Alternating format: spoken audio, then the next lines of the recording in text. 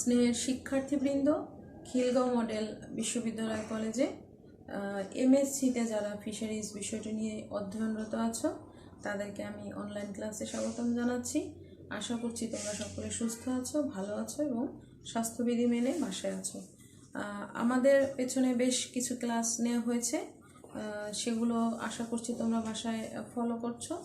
আমি তোমাদের আজকে যে বিষয়টি নিয়ে আলোচনা করব সেটি হচ্ছে মাছের বহি অঙ্গ সংস্থানিক যে বিবরণ বা বহি অঙ্গ সংস্থানটা কিভাবে আমরা একটি মাছের ক্ষেত্রে বের করব সেই বিষয়টি নিয়ে আলোচনা করব। এটি তোমাদের প্র্যাকটিক্যালেও প্রয়োজন হবে এবং থিওরিটিক্যালেও প্রয়োজন হবে। সো এই ক্লাসটি তোমাদের জন্য খুব গুরুত্বপূর্ণ।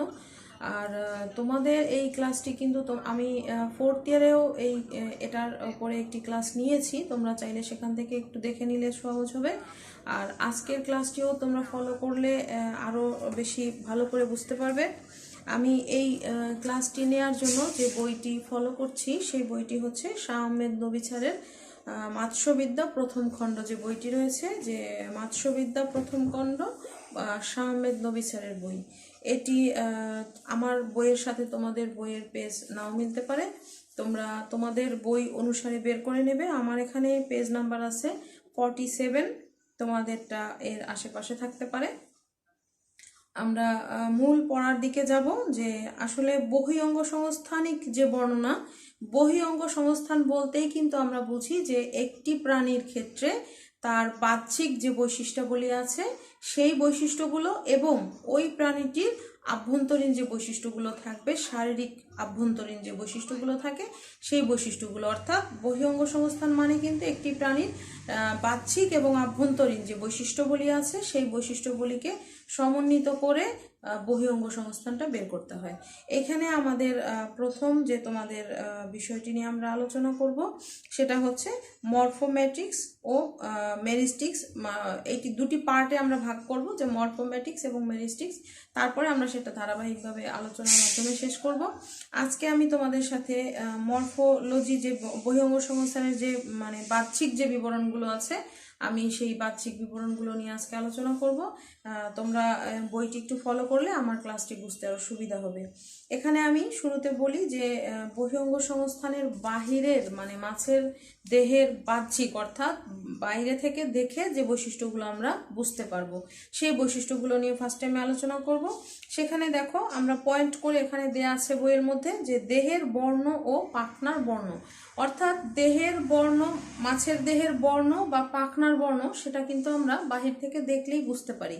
এবং সেখানে আমাদের যে বিষয়টি আসবে যে একটি মাছের ক্ষেত্রে তার দেহের অঙ্কীয় এবং পৃষ্ঠীয়তে কি ধরনের বর্ণ থাকবে এবং যদি কোনো পাখনায় বিবর্ণ বা সংরক্ষিত কোনো এক্সট্রা বর্ণ দেয়া থাকে সেগুলো থাকবে। অর্থাৎ একটি মাছের তোমার পিঠটা থাকবে, ওইটা হচ্ছে পৃষ্ঠীয় বৈশিষ্ট্যগুলো আসবে, আর নিচে থাকবে যে অভ্যন্তরীণ বৈশিষ্ট্য সেই বৈশিষ্ট্যটা আসবে। অর্থাৎ আমি যদি পিঠে যদি সাদা থাকে সাদা, নিচে যদি কালো থাকে কালো।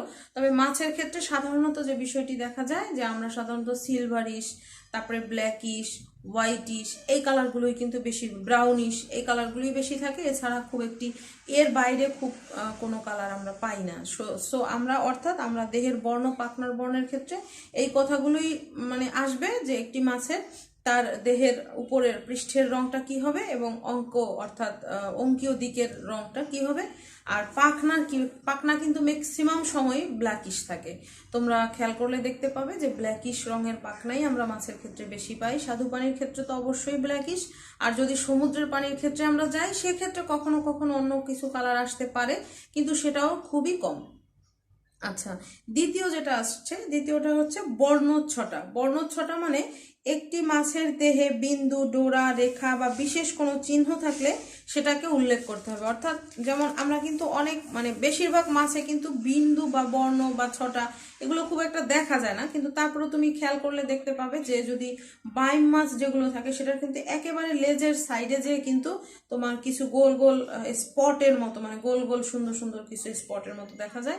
তাছাড়াও এরকম আরো কিছু মাছ আছে যে মাছের তুমি একেবারে গায়ের উপরে হয়তো একটু ডোরা কাটা দাগ থাকে, থাকতে পারে বা একটু লম্বা লম্বা দাগ থাকতে পারে, এই বিষয়গুলো, অর্থাৎ এক্সট্রা কোনো ডেকোরেশন আছে কিনা। ডেকোরেশন দ্যাট মিনস হচ্ছে কোনো মানে কোনো অর্নামেন্টস টাইপের যে কোনো চিহ্ন আছে কিনা সেইটা আমরা এখানে উল্লেখ করবো। আর যদি নাই থাকে তখন আমরা লিখবো যে না, উপস্থিত নয়। আচ্ছা, 3 নাম্বার যে পয়েন্ট সেটা হচ্ছে দেহের আকার আকৃতি, অর্থাৎ দেহটা কি ক্ষুদ্রাকার, বৃহদাকার, মাঝারি, চ্যাপ্টা, বেলুনাকার, নাকি পাশাপাশি চাপা না অতিশয় চাপা। তোমরা নিশ্চয়ই খেয়াল করবে যে মাছগুলো কিন্তু সব মাছের বডি স্ট্রাকচারটা কিন্তু এক না। তুমি তোমার রুই মাছ, কাতল মাছগুলো কিন্তু এই টাইপের, মানে লম্বা লম্বি টাইপের, অর্থাৎ পাশাপাশি চাপা। আবার তোমার দেখো যে কিছু মাছ কিন্তু থাকবে যে একেবারে যে যেমন তোমার অন্যান্য আরো অনেক মাছ আছে যেটা কিন্তু এইভাবে পাশাপাশি চাপা না। তবে সাধারণত যেটা হয় যে আমাদের স্বাদু পানির যে মাছগুলো থাকে সেগুলা কিন্তু পাশাপাশি চাপাই বেশিরভাগ ক্ষেত্রে দেখা যায়। আর তাছাড়া যেগুলো আমরা সমুদ্রের দিকে পাবো, সমুদ্রের কিছু মাছ আমরা পাবো সমুদ্রের পানিতে বসবাসকৃত, সেই মাছগুলোর ক্ষেত্রে কিছু কিছু কিন্তু আমরা বেলুনাকার, চ্যাপ্টাকার, লম্বাকার এরকম নানান ধরনের স্ট্রাকচার আমরা দেখি। কিন্তু স্বাদু পানির যে মাছগুলো সেটা কিন্তু বেশিরভাগই আমরা দেখি যে পাশাপাশি চাপা। আচ্ছা, আবার কিছু মাছ ধরো খুব বড় থাকে, কিছু ছোট থাকে। যেমন একটি তোমার ধরো কাতল মাছ বেশ বড় হয়, কিন্তু পুঁটি মাছ কিন্তু সেইভাবে কখনো কোনো দিনই অত বড় হবে না যেটা নর্মাল আমাদের দেশি পুঁটি থাকে। আবার এইভাবে ধরো তোমার যেমন কিছু আরো ট্যাংরা বা তোমার ধরো কই, এগুলো তো আর আসলে রুই মাছ বা কাতল মাছ যত বড় হয় সেটা সাথে এর সাইজ যদি কম্পেয়ার করি তখন কিন্তু এটা খুবই ক্ষুদ্রাকার হবে, ওইটা অনেকটা বৃহদাকার হবে। এই বিষয়গুলোই এখানে আসবে। আর মস্তকের আকার আকৃতি, মস্তকের আকার আকৃতি দ্যাট মিনস ওই মাছটার বডির সাথে মাথাটা কতটুকু আছে। অর্থাৎ ধরো তুমি যে মাছটি নিয়ে তুমি প্র্যাকটিক্যাল করবে বা তুমি কাজ করবে, সেখানে ওই মাছের মাথার আকৃতিটা তার দেহের সাথে কম্পেয়ার করলে কোন লেভেলে আছে। যেমন এখানেও যদি আমি বলি কাতল মাছের মাথা কিন্তু বেশ বড় তার বডির সাথে তুলনা যদি আমি করি, অর্থাৎ কাতল মাছের বডির মধ্যে মাছের সংখ্যা কম, মাথাটা কিন্তু তুলনামূলকভাবে বড়। আবার পাশাপাশি যদি তুমি রুই মাছ নিয়ে কথা বলো সেক্ষেত্রে কিন্তু আবার রুই মাছের মানে মডারেট বলতে হচ্ছে যে মাছের পরিমাণটাও যেরকম, মাথার পরিমাণটা খুব বড়ও না ছোটও না, এটা হচ্ছে মাঝারি। আবার যদি তুমি একটা পুঁটি মাছ নিয়ে আলোচনা করো সেখানে কিন্তু পুঁটির বডির সাথে মাথাটা খুবই ছোট। অর্থাৎ মাছের এই যে প্রত্যেক প্রজাতির মাছের ক্ষেত্রে তার বডির সাথে তার মাথার সাইজের যে তুলনা সেটা হবে এখানে। আচ্ছা, তুন্ডের অবস্থান, তুন্ডের অবস্থান মানে হচ্ছে মুখের সামনে যে থুতনি, অর্থাৎ মাছের তুমি তুন্ডটা যেটা বল ট্রায়াঙ্গেল শেপ যেটা মেনি মাছে পাওয়া যায়, ওইটা কিন্তু খুব সুন্দরভাবে তোমার তুন্ডটা বাইরে বের হয়ে আসে ত্রিকোণাকার। আর তাছাড়া যে অন্যান্য মাছের তুন্ড সেইটা কিন্তু ওইভাবে মানে লম্বা সুচালো থাকতে পারে, লম্বা থাকতে পারে, ভোতা থাকতে পারে, খাটো থাকতে পারে, উপরে থাকতে পারে, নিচে থাকতে পারে, ঝুলে থাকতে পারে। এই যে বিভিন্ন স্ট্রাকচার সেগুলো নিয়ে এখানে তোমার পড়ানো হবে। এবং এটা আমি এখন যেভাবে আলোচনা করছি আশা করি যদি আমাদের করোনাকালীন অবস্থার থেকে আমরা উত্তরণ ঘটে, অর্থাৎ স্বাভাবিক লাইফে আসতে পারি, তখন হয়তো তোমাদেরকে আমরা আমাদের প্র্যাকটিক্যাল ল্যাবে আমি মাছটা ধরেই তোমাদেরকে এইভাবে আমি বুঝিয়ে দিতে পারবো। তবে আশা করছি আমার কথাতেও এখনো যথেষ্ট, মানে তুমি অন্তত যদি 60%ও বুঝে রাখতে পারো তাহলে কিন্তু যে 60-70% এখন বুঝে গেলে হয়তো দুটো একটি পয়েন্ট তুমি এখন হয়তো আসলে বুঝতে নাও পারতে পারো, সেটা আমি তখন তোমাদেরকে খুব সহজে এটা আমি শেষ করে দিতে পারবো। আচ্ছা, মুখের অবস্থান, মুখের অবস্থান মানে একটি মাছের দেহের সাথে তার মুখের অবস্থান। এটা কি প্রান্তীয়, অধিমুখ, অধমুখ? এটা আমি অধিমুখ, অধমুখ, অঙ্কীয় মুখ। দেখো যেসব মাছের এই স্ট্রাকচারটা থাকবে সেটা হবে অঙ্কীয় মুখ, যেটা থাকবে তোমার এইটা সেটা হবে পৃষ্ঠীয় মুখ, অর্থাৎ আমার কিন্তু উপরে আসছে। আবার এটা হবে প্রান্তীয়, ঠিক আছে। আবার কোনোটা আছে এরকম বাঁকানো, সেটা কিন্তু এরকম, মানে মুখের স্ট্রাকচারটা এখানে তোমার আসবে যে ওই মাছের মুখের স্ট্রাকচারটা কেমন। তোমরা চাইলে এখন বাজারে যেও তুমি বিভিন্ন মাছের মুখের স্ট্রাকচারটা দেখতে পারো, তোমার কিন্তু তোমার সব মাছের মুখের স্ট্রাকচার কিন্তু এক হবে না, খেয়াল করলেই বুঝতে পারবে। আচ্ছা, এরপর আসো স্পর্শী। স্পর্শী মানে হচ্ছে বারবেল। বারবেলটা কি?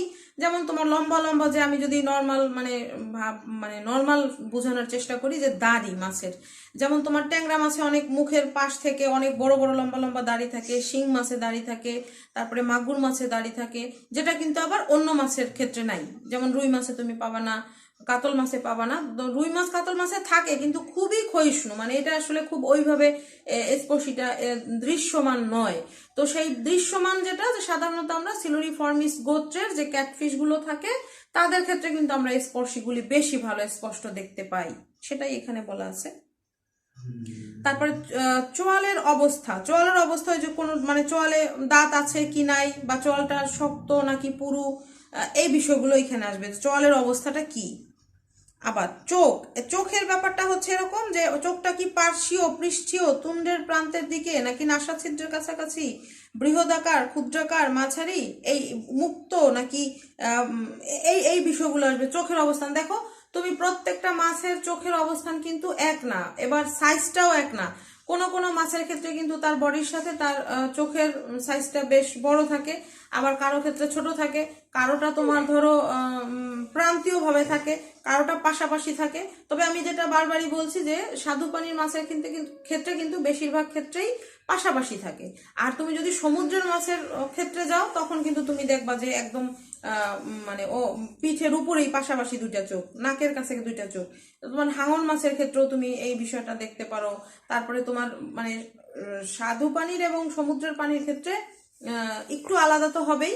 আর তাছাড়া কিন্তু তুমি নিজেও যদি খেয়াল করো প্রত্যেকটা মাছের প্রজাতি নিয়ে, যে তাদের চোখের অবস্থানটা কোন মাছের প্রজাতির ক্ষেত্রে চোখের অবস্থানটা কোথায়, তাহলে তুমিও বুঝতে পারবা যে সব মাছের স্ট্রাকচারটা কিন্তু, যেমন তোমার শিং মাছের মাথাটা থাকে এরকম, এই দুই পাশে কোনা যে তোমার চোখের অবস্থানটা, কিন্তু ওই তোমার কাতল মাছের মাথাটা কিন্তু আবার এই এই টাইপের থাকে, মানে শিং মাছটা থাকবে চ্যাপটা, কাতল মাছটা থাকবে পাশাপাশি। তো এই যে যে বিষয়গুলো স্ট্রাকচারের ক্ষেত্রে ভিন্ন, মাথার সাথে চোখের যে অবস্থান, সেই বিষয়গুলো তোমাকে বুঝতে হবে। আচ্ছা, এরপরে আসো অপারকুলামের অবস্থান। অপারকুলাম কিন্তু দেখো, কোনোটায় বৃহদাকার থাকে, কোনোটায় ক্ষুদ্রাকার থাকে, কোনোটায় আইসযুক্ত থাকে, কোনোটায় কাটা থাকে, কোনোটায় কাটাবিহীন থাকে। এখানে আমি তোমাদের যদি একটু উদাহরণ আকারে বলি, এখানে যদিও বইয়ের মধ্যে কিন্তু ভালো কথা, আমি যে কথাগুলো বলছি সেগুলো কিন্তু তুমি সব বইয়ে পাবা না। সো আমার ক্লাসটা তোমাকে ফলো করতেই হবে। এখানে বইয়ের ভিতর থেকে আমি জাস্ট পয়েন্টগুলো নিচ্ছি, আর বাকিটা কিন্তু আমি আমার মতো, আমি আমার ভাষা দিয়ে বুঝিয়ে তোমাদের বোঝানোর চেষ্টা করছি। তো অপারকুলামের অবস্থান, যেমন তুমি দেখো শিং, তোমার শিং মাছে তোমার অপারকুলামে একরকম, কই মাছে যেমন কাটা থাকবে। অপারকুলাম মানে কানকোটা, অবশ্যই অবশ্যই তোমরা হয়তো বুঝতে পারছো। শিং তো আমি যদি খুব মানে সহজভাবে, আমরা যে মাছগুলো আসলে প্রতিনিয়ত দেখি, আমি সেইগুলো নিয়েই যদি আলোচনা করি তাহলে তোমার বুঝতে সুবিধা হবে। সেক্ষেত্রে আমি কিন্তু অপারকুলামের খুব সহজ একটি উদাহরণ দাঁড় করাতে পারি। সেটা হচ্ছে যে তুমি কাতল মাছ বা রুই মাছে কিন্তু কানকোতে কোনো কাটা থাকবে না, কিন্তু তোমার যখন কই মাছের কানকোতে কিন্তু প্রচুর কাটা থাকবে। এটা তোমরা খুব সুন্দরভাবে খেয়াল করতে পারবে, কারণ দৈনন্দিন জীবনে আমরা এই মাছগুলি সাধারণত খাই। আবার অনেক সময় দেখা যায় কোনো কোনো মাছের ক্ষেত্রে কিন্তু কানকোর উপরে প্রচুর আইস থাকে, যেটা আবার অন্য অনেক মাছের ক্ষেত্রে কিন্তু আইস থাকে না। এই এই বিষয়গুলো আর কি আসবে এখানে। তারপরে পার্শ্বরেখা অঙ্গ। পার্শ্বরেখা অঙ্গটা হচ্ছে মাছের তোমার অপারকুলামের পশ্চাৎ প্রান্ত থেকে কডাল ফিনের আগ পর্যন্ত লম্বা একটি রেখা। আমি কি বলছি, অপারকুলামের পিছন থেকে পুচ্ছ পাখনার গোড়া পর্যন্ত লম্বা একটি টানা রেখা, যেটা সেটা হচ্ছে পার্শ্বীয় রেখা অঙ্গ। এই পার্শ্বীয় রেখা অঙ্গটা কিন্তু কোনো মানে স্বাদু পানির মাছের ক্ষেত্রে একটি সম্পূর্ণ থাকে, সম্পূর্ণ মানে হচ্ছে লম্বা। আর যখন তুমি সমুদ্রের পানিতে যাবা, তখন কিন্তু এটা অনেক সময় দুইটাও পাওয়া যায়, আবার অনেক সময় সম্পূর্ণ থাকে না, মানে অর্ধেকটা থাকে, বাকি অর্ধেকটা থাকে না। তো আমরা এখানে যখন মানে আমরা লিখবো বা প্র্যাকটিক্যাল করব, তখন আমাদের ওই অংশ ওইটাই লিখতে হবে, যে আমি যে মাছটি পেলাম সেখানে আমার পার্শ্বীয় রেখার অঙ্গ বা যেটা আছে, সেই পার্শ্বরেখা অঙ্গটার অবস্থানটা কিভাবে আছে, এইটাই আমাদের লিখতে হবে। তারপরে উদরের অবস্থা। উদরের অবস্থা মানে দেখো, সব মাছের উদরের অবস্থা কিন্তু এক না। এটা তোমরা খেয়াল করলে বুঝতে পারবে, হয়তো এর আগে খেয়াল করো নাই, আজকে আমার ক্লাসের পরে তুমি হয়তো খেয়াল করবে।